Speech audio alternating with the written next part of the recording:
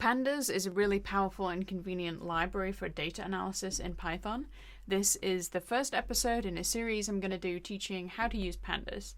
And in this episode, we're going to cover the basic data structures in pandas, the series and the data frame, some ways to create those objects, and basic operations on them, like how to select rows and columns. So first, we need to get set up.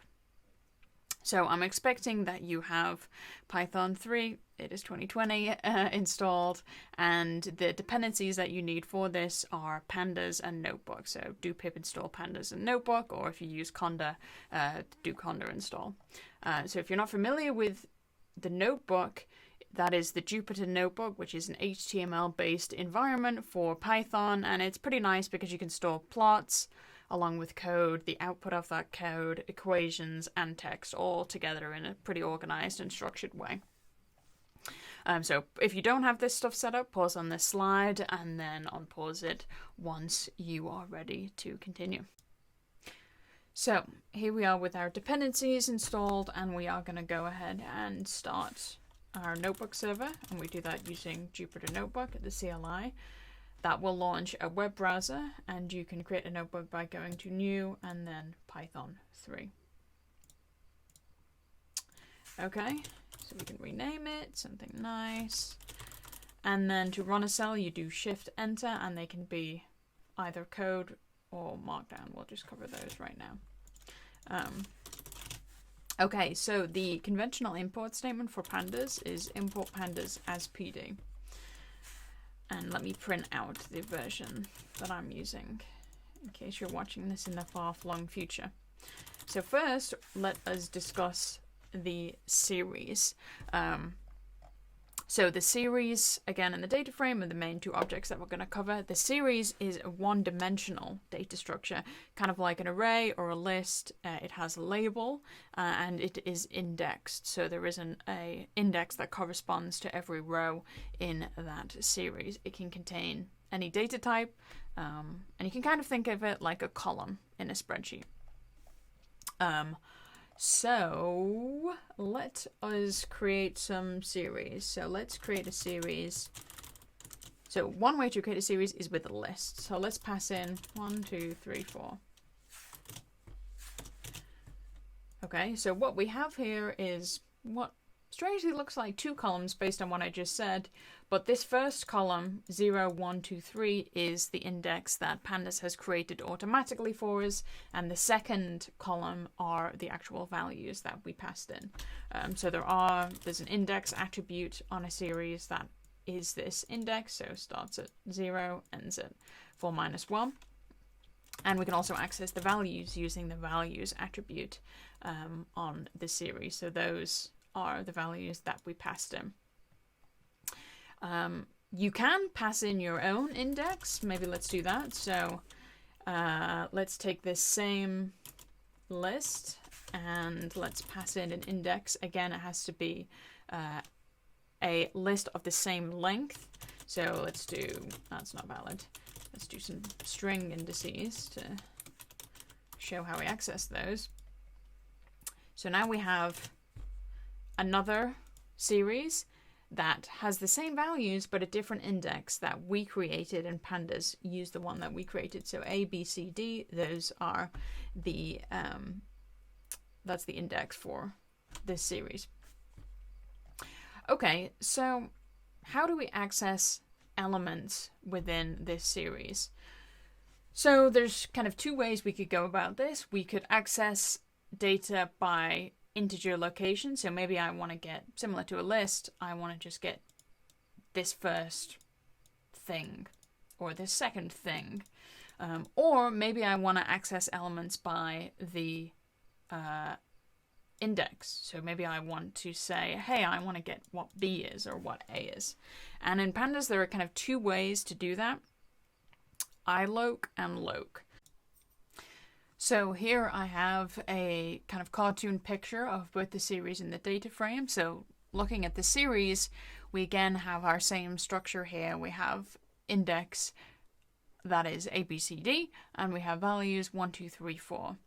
To access this first row, we can either use iloc, which stands for integer location, and say we want the 0th element in this series, or we can access by index using loc, which stands for location. And we use the square bracket syntax in both of these. So that's the way in both the series and a data frame, we'll talk in a second about the data frame, to access a given row or element, iloc and loc. So let's now try that on our beautiful series we have here. So first we'll use integer location to access this row, which has index A and value 1. So we should get a 1. Indeed we do. And now let's try the other way using location, which again is by index, to access this for this first row. And indeed, these two are equivalent. One thing I do want to point out is that it is easy to confuse iloc and loc. And in that scenario, what would happen is you would either access the wrong row or you would get a key error. So, for example, in this situation, if I did s.loc and I passed 0, what's happening is that loc is looking up by index. So pandas is looking in this index list to see, is there a 0? There is not a 0, so this should raise key error. Indeed it does. So that's something to bear in mind. Okay, so a couple more things about the series. So you can have multiple types in a series. So let's create a series that has, let's do an int, a stir, and let's do a float. Okay, 3 different types. Actually, let's spice this up by showing the name keyword arg, where I can pass in the, let's call it multiple type. So that's a name that I can then access later as an attribute on the object, which is kind of nice. So it's totally fine to have different types in a series, and here this dtype, so dtype provides the data types for the series in the data frame, the dtypes attribute, and here it is object. So that can be any arbitrary Python object, could be stir, could be lists, dicts, could be anything else that you decide you want to throw into a series. When there are ints or floats or datetimes, it will say ints, float, datetime, if it's the entire column consists of that. Okay, and then one last thing is we've showed making series from lists. So let's show making a series from a Python dictionary. So let's make a pizza preference dict that will pass into the series initializer. So we'll have an Alice key, Alice likes cheese, and then we'll have a Bob key, who for whatever reason likes pineapple. And then what's going to happen here is that Alice and Bob, the keys of the dictionary, are going to become the indices in the series. So this is the index, this is the index for the corresponding values. So that's kind of the whirlwind introduction to series. And now we'll take that knowledge and take it to the land of data frames, which is the core of pandas. So a data frame consists of multiple series. It's a 2D data structure where each row is indexed like the series is. It is relational in nature, so you can kind of think of it like a Python spreadsheet. You can mix data types here too. You can have one column that's all strings, another column that are all ints, or just a column of mixed Python objects. So let's create a data frame. Let's do something similar to this. We'll pass in a dict of columns. So our data will be, let's have some users, and we're going to have a list here. So we'll have Bob, we'll have Alice, and then Eve. And then each one of these entries, these items in the Python dictionary is going to become a column, where the key again is the column. Well, here is the column name. Okay, let's do OS preferences. Mac OS, Linux. And then I'll have a final column. Let's keep going on this pizza thing. Pineapple, cheese, and eats vegan. Okay, so let's create a data frame from that. The way we do so is by passing that dict to this data frame initializer, and that gives us our data frame. So we have again here an index that's been created by pandas 0, 1, 2, and then each one of these keys has become a column in the data frame.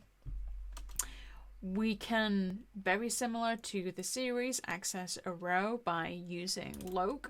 So let's say I want to get this first row, and then I get everything associated with Bob.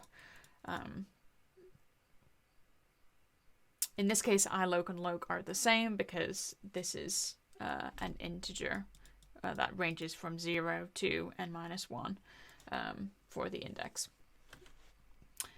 Okay, now how do we get a column? And we can use square bracket syntax just like a dict to do that. And then we get all of the entries for the user column. And there's also a dot syntax. So if you want to access columns like you do attributes on objects, then you can do that also. These are functionally equivalent. You can also pass a list of columns. Say you wanted to get multiple columns. Let's say you wanted to get user and also pizza. Then I can pass those columns to the data frame and it'll just return me the data that I'm interested in. Finally, you can also access specific cells using iloc. So the format there is you can pass a tuple, that is rows that I want as the first element of the tuple, and then columns that I want as the second element of the tuple. So let's see an example to make that clear. So say I want to get this cell, then first I pass the rows that I want. So the row I want is 0, and then I pass the column that I want, and the column that I want is user. And so this should return me Bob, and indeed it does. Another cool thing with this iloc syntax is you can also use slicing. So maybe I wanted to just grab these two rows and these two columns, so this kind of square here. So that then I would pass slice from 0 to 1, and these are inclusive. And then the columns from user to OS. User to OS. And then I should get that little square. And indeed I do. So that's kind of nice also. So we have learned the very basics of the series and data frame objects. We know how to create them from lists and dicts. We know how to access rows and columns within them. And so next time what we're going to do is we're going to use a Kaggle dataset. That is a CSV. We're going to load that CSV into a data frame, and then we're going to perform some of these similar operations as well as a few new operations to perform exploratory data analysis. So stay tuned for that, and I hope this was useful. Thank you for watching.